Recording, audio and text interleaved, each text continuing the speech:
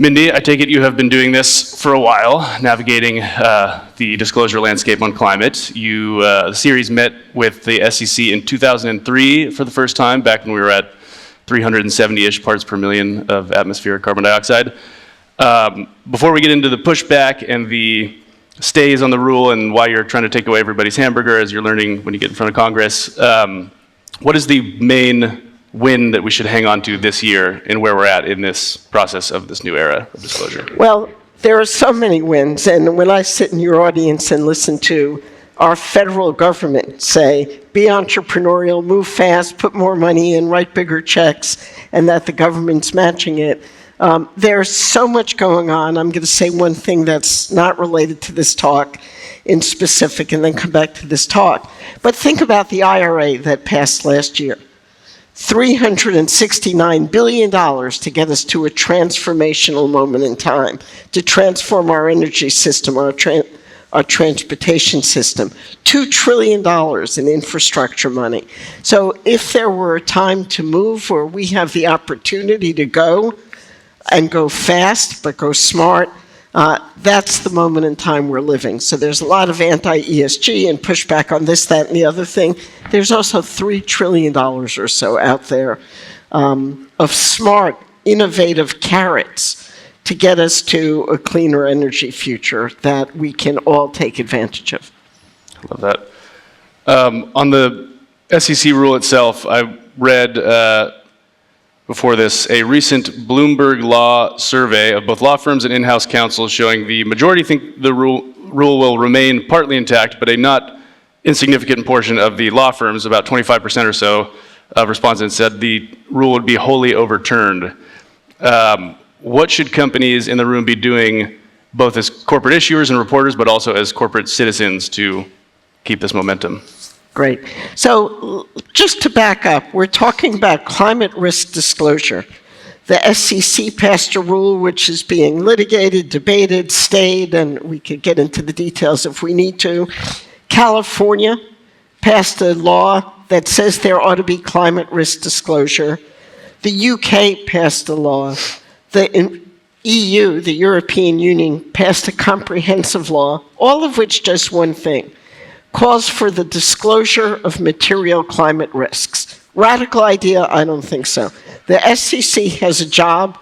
Their job is to provide information to investors who want to know what are the risks of the companies that we may invest in.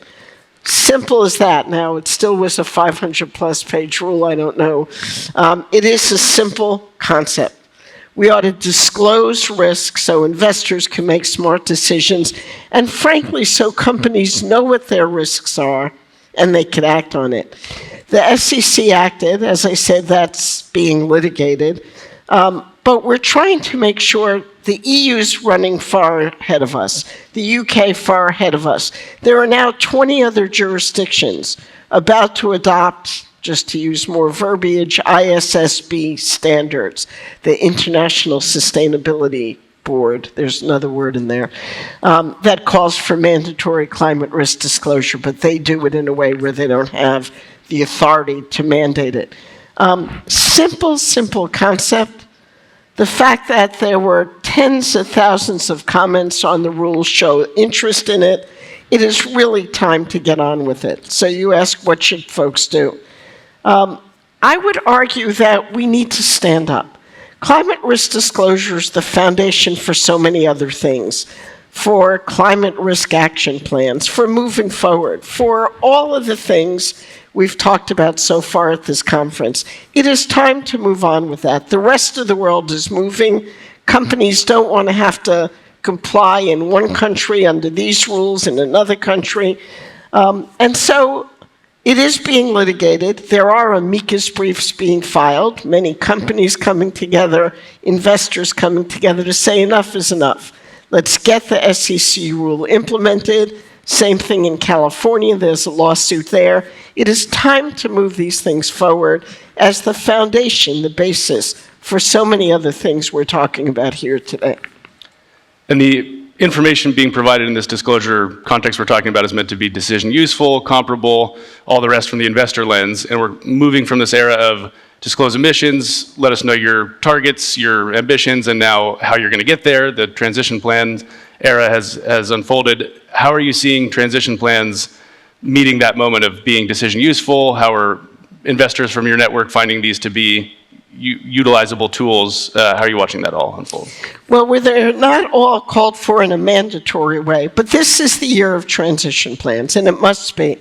We've got, as we all know, thousands, tens of thousands of commitments. I'm going to get to net zero, I'm going to do this, I'm going to do that, on the part of thousands of companies and investors. And I believe there is an interest. If they come out and set those goals, it's because they believe they could get there. But we have to be in a moment of time where, how are you going to get there? What does that look like? Not in 2037 to meet a 2040 goal, but this has to be the year or a couple of years of writing those transition plans that turn those goals into action plans that are short, medium, and long term, that tell us what you're going to do next year, again, not in 2040, that has accountability, as you say, comparability, and consistent information. We are seeing an enormous number of those transition plans being developed. We put out a little report last week at Ceres on examples of what a good transition plan looks like. How do you develop one? And not only companies, but investors should do their own transition plans. How are they going to get to the goals that they set out? We know that without a roadmap, and without a roadmap that provides accountability and systems design, and metrics, you don't get there. So time to go out and not only disclose what your risk is from climate, but how you're going to address that risk. And kind of comparing this, like from the investor lens, the decades of voluntary disclosure, there's great statistics that I can't remember the exactness of, but 90-something% of the S&P 500 disclosing some form of ESG report, Russell 1000. The investor response to a good portion of that is, that's good, and not all of that has been helpful for us to do what we need to do. Are there lessons that can be learned from that couple of decades experience going into this era of transition planning that we can make sure not to repeat a situation where investors find themselves giving that response? Well, let's start with even just disclosure before we get to transition plans. The most useful thing is consistency, is accountability, is assurance. What the SEC rule calls for is the disclosure of climate risk. And it treats climate risk like any other material risk. It might be currency risk, housing crisis risk. It looks at it for what it is, a business financial risk, and asks investors to disclose it. And do it in a way where asks companies to disclose it, and do it in a way where everybody's using the same system and the same design. There's nothing radical about that. Companies for time immemorial have been disclosing to the SEC their material risks. But climate or diversity or equity were externalities. They weren't real risks. They weren't having to be included. All the SEC says is include them if they're material, if they matter to your firm. And the SEC rule also says, and if you have a climate transition plan that's material, include that as well. What we want is uniformity. Investors don't want to look at 10,000 different designs. And that's the beauty of a mandatory standard and not a voluntary standard. Voluntary standards are good. We've made great progress together. Everybody in this room, I'm sure, has been part of the movement to have voluntary disclosure and sustainability reports. And that's incredible progress. But now let's tighten that up and standardize it and make sure, most importantly, it provides timelines and accountability and transparency. And maybe from a slightly different lens, from the lens of the corporate sustainability practitioner, there's a sentiment in some thread of that community that, and this is referenced maybe by one of our best read articles on GreenBiz about sustainability professionals don't want to become carbon accountants or don't want to become accountants, even if they do have superpowers, as Bob Massey outlined yesterday. How do you think about that sentiment of like, disclosure is essential? I'm sure most people in the room will agree more information is better than less, but we're not going to disclose our way to a sustainable outcome. How do you think about that bandwidth polling within the industry of actual practitioners in sustainability? So I'm all for that. Let's get past this. Let's disclose the major issues that we disclose, companies disclose on anything and everything that's material. But it is just about disclosure, and we're all about here action, changing. How do we get to the goalposts? We could not have heard better presentations about the risks we're facing and the threats to our ecosystems, nature, our business, our economy, frankly, our kids and our kids' future. And disclosure is merely the platform, and frankly, it's tragic that we are still talking about it. We talked about it 20 years ago, then it was time to act, certainly 10 years ago. Disclosure just provides some information. And sustainability professionals who don't want to be accountants, I'm with them. We need their creativity, their genius, their knowledge of the firms that they work at or that you all work at, and how to be clever and creative about changing the systems, using different cement, different steel, different systems, use less water. There are dozens of things that could be done. That's where we want to put our attention. So, important to talk about disclosure because there is so much going on, but let's not lose sight of where we need to go and the fact that disclosure is merely a fundamental building block that I don't want to discount. It's exceedingly important, and that's why I've seen 25,000 comments on the SEC rule, but it really is only the base. What we've got to be doing is designing the systems that get us to bringing those greenhouse gas emissions down. And these rules around disclosure are part of the broader policy enabling environment for sustainability to succeed that we've heard a little bit about across the different sessions today and yesterday. But on the policy front, yeah, so Ceres does a good job of tracking ESG-related shareholder proposal topics. Transition plans saw a lot of growth this year, so did policy footprints, policy lobbying, information, political lobbying. What, both either tied to disclosure rules or just more broadly the policy enabling environment, what does it look like, or what does good look like as a corporate citizen in that sense in terms of policy lobbying and engagement? Well, I'll say two things about that. The first thing I'll say is, if you're at an enterprise, small, medium, and large business, investor, and you've got a plan, a position, we're going to get to net zero by X, or we're going to build out a transition plan, but your government affairs office is still lobbying for the wrong bills, for things that go against the future on climate transition. Or if your trade associations and professional associations, be it the Chamber of Commerce or any other, are still fighting the kind of progressive legislation that you believe in and support, that's a problem.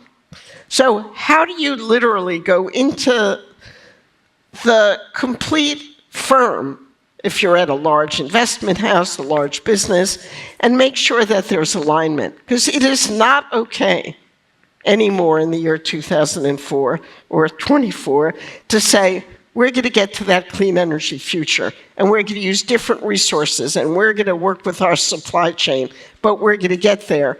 If, in fact, the professional associations that you're part of are opposing the things that get us there. We have got to have consistency. Only you all within your enterprises can make sure of that. We don't have laws that mandate it. Consistency is crucial. But let me say one other thing. There is this movement out there that we're all facing one way or another. This anti-ESG, woke capitalism. I'm not even sure what woke capitalism means, and I've been in this space for a good long while.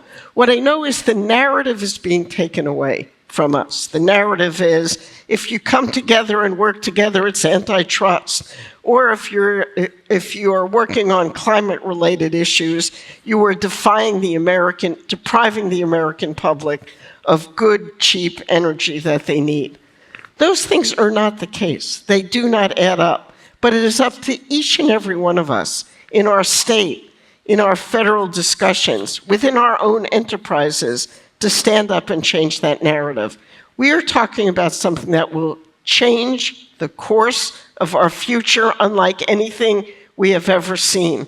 And for people to nitpick and change the narrative and try and suggest that there is something wrong with looking at the scientific imperative of acting, the human imperative of acting, the financial imperative of acting, when the consequences are so catastrophic just does not make any sense. But we're living in a crazy political time. This ought not to be political. This is about our kids' future, the future of our economy, and each and every one of us need to be part of standing up and changing that narrative. I am depending on everyone in this room to do that. I'm doing my part. We've got a major challenge out there, but we've got extraordinary opportunities for change, and I look forward to taking on all of those with you.